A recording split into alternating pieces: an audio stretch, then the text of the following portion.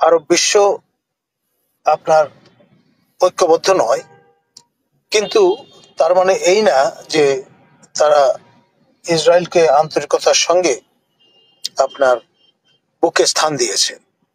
Reluctant partner যেরকম বলে সেরকম একটি অবস্থা। আপনার নিউক্লিয়ার এই যে ক্লাব, এলিট ক্লাব, সেটাতে যুক্ত হয়ে পড়তে পারে ইরান। আর এখানে পাকিস্তানরা গুরুত্বপূর্ণ ভূমিকা পালন করছে, কারণে তারা ইসরায়েলের হামলা টার্গেট হতে চায় না। দীর্ঘদিন ধরে ইসরায়েলের পরিকল্পনা আছে কাহুটায় যে নিউক্লিয়ার ফ্যাসিলিটিস আছে সেটি ধ্বংস করার। এবং নেতানিয়াহু, আমাদের হিজ এক্সেলেন্সি প্রধানমন্ত্রী বর্তমানে ইসরায়েলের, তার একাধিক বক্তৃতা বা বয়ান আমি শুনেছি।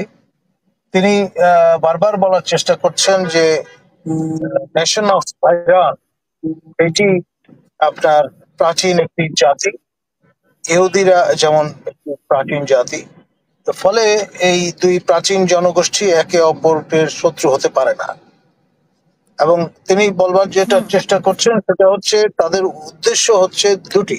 একটি হচ্ছে ডিনিউক্লিয়ারাইজ করা ইরানকে, বা তার ক্যাপাসিটি বা ক্যাপাবিলিটি নষ্ট করে দেয়া। আর দ্বিতীয়ত হচ্ছে রেজিম চেঞ্জ, আপনার যাতে একটা আপনার বর্তমানে যে ইসলামী গভর্নমেন্ট আছে, অনেকের ভাষায় মোল্লাতন্ত্র, এই রেজিমের অবসান ঘটুক এবং একটি প্রো ওয়েস্টার্ন নেশন আপনার আবার হিসেবে ইরান চিহ্নিত হোক।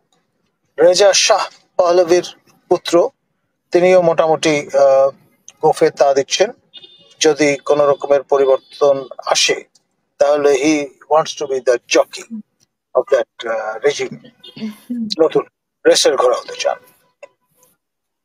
আর এখানে আপনার ইরানের জন্য এটি আপনার রীতিমতো সিরিয়াস একটি বিষয়, কারণ তাদের ইকোনমি, তারপরে তাদের আঞ্চলিক অখণ্ডতা, এই বিষয়গুলো আপনার অ্যাট স্টেক হতে পারে যদি এই ক্রাইসিস কন্টিনিউ করে। আর অন্যদিকে আপনার ইসরায়েলের জন্য এটা অস্তিত্বের প্রশ্ন, সেটি নেতানিয়াহু নিজেই জানান দিয়েছেন। এবং আরব বিশ্ব আপনার ঐক্যবদ্ধ নয়, কিন্তু তার মানে এই না যে তারা ইসরায়েলকে আন্তরিকতার সঙ্গে আপনার বুকে স্থান দিয়েছে। রিলাক্টেন্ট পার্টনার যেরকম বলে সেরকম একটি অবস্থা তাদের, রিলাক্টেন্ট বেড ফেলোস। তো এইরকম একটি আবহে পুরো আপনার মধ্যপ্রাচ্য, উত্তর আফ্রিকার দেশগুলো, তারা সবাই কিন্তু আপনার খুব মনোযোগের সঙ্গে এবং উদ্বেগের সঙ্গে পরিস্থিতি দিকে নজর রাখছে।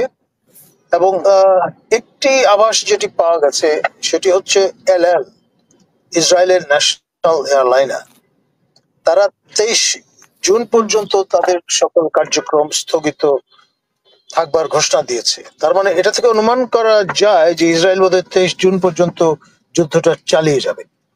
এবং যেটা তারা দাবি করছে সেটা হচ্ছে তেহরানের আকাশ এখন তাদের নিয়ন্ত্রণে।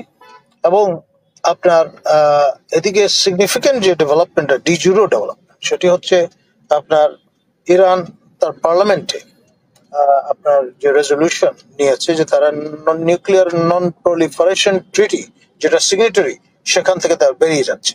এটা বেরিয়ে যাওয়া মানে হচ্ছে ডিজুরো সেন্স, এটা একমাত্র বাধা। এটি অতিক্রম করতে পারলে তাদের হাতে 9 থেকে 12টা বোমা তৈরির যে উপকরণ আছে সেটি তারা কাজে লাগিয়ে ফেলতে পারে।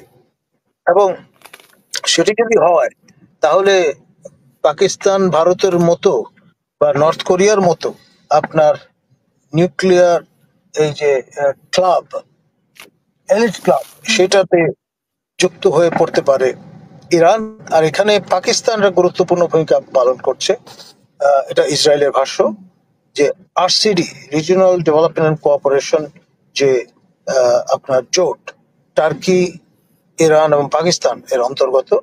সেই ধারাবাহিকতায় আপনার আপনার এখানে পাকিস্তান আহ, নিজের অস্তিত্বের প্রয়োজনে, স্ট্র্যাটেজিক প্রয়োজনে তারা সবসময় চাইবে যে ইরানের আহ, একটা ইন্ডিপেন্ডেন্ট অস্তিত্ব বজায় থাক এবং প্রো ইসরায়েলি কোনো গভর্নমেন্ট যাতে ইরানে প্রতিষ্ঠিত না হয়। তারা একদিকে আফগানিস্তানের সঙ্গে খুব ওয়েরি একটা সম্পর্কের মধ্যে আছে। ভারত তো চিরশত্রু পাকিস্তান। এখন যদি চারদিকে শত্রু ভাবাপন্ন রেজিম ক্ষমতা সংহত করে, সেটা পাকিস্তানের অস্তিত্বের সংকট তৈরি করবে, সেটি তারা কোনোভাবেই চাইবে না। কিছুদিন আগেই মাত্র ভারতের সঙ্গে বিমান যুদ্ধে তারা প্রিভেইল করেছে এবং ভারতের যে অ্যাডভেঞ্চার তা আপনার ভারতকে এক ধরনের অপ্রস্তুত অবস্থায় ফেলে দিয়েছে। তো সেই কারণে তারা ইসরায়েলের হামলা টার্গেট হতে চায় না। দীর্ঘদিন ধরে ইসরায়েলের পরিকল্পনা আছে কাহুটায় যে নিউক্লিয়ার ফ্যাসিলিটিস আছে সেটি ধ্বংস করার, এবং সেটি রক্ষার্থে পাকিস্তানের যে স্ট্র্যাটেজি, তারা 10 লক্ষ লোকের একটা মানব ঢাল তৈরি করে রেখেছে। সুতরাং এই যে 10 লক্ষ লোক মারলে পরে তারা সেখানে নাক গলাতে পারবে, তো সেটি ইসরায়েল এফোর্ড করতে পারবে না। সেই বিষয়টা তাদের মাথায় খুব ভালো করেই আছে। কিন্তু ভারতের সঙ্গে যেহেতু স্ট্র্যাটেজিক একটা আন্ডারস্ট্যান্ডিং আছে ইসরায়েলের, ইসরায়েলের পরম এক মিত্র হচ্ছে মার্কিন যুক্তরাষ্ট্র, আর এক পরম মিত্র হচ্ছে ভারত। এবং সেখানেও কিন্তু তারা ওই ইয়েটা ব্যবহার করে যে ভারত একটা সভ্য প্রাচীন জাতি এবং ইসরায়েলিরাও তাই, সুতরাং they should collaborate with each other. সেই যুক্তিটা তারা খাটাবার চেষ্টা করছে এবং সেইভাবে অ্যালায়েন্স বিল্ডিং করে পাকিস্তান রাষ্ট্র কিভাবে ধ্বংস করা যায়, পাকিস্তানের নিউক্লিয়ার ক্যাপাবিলিটি কিভাবে ধ্বংস করা যায়, সেই লক্ষ্যে তারা কাঁধে কাঁধ মিলিয়ে কাজ করছে। এবং ইরানের সঙ্গে আপনার যদি এটি উঠতে পারে ইসরায়েল, তাহলে নেক্সট টার্গেট অবধারিত ভাবে হবে পাকিস্তান। সেটা পাকিস্তান ভালো করেই জানে এবং আপনার ইসরায়েল আপনার সেই লক্ষ্যে কাজ করে চলেছে। ধন্যবাদ।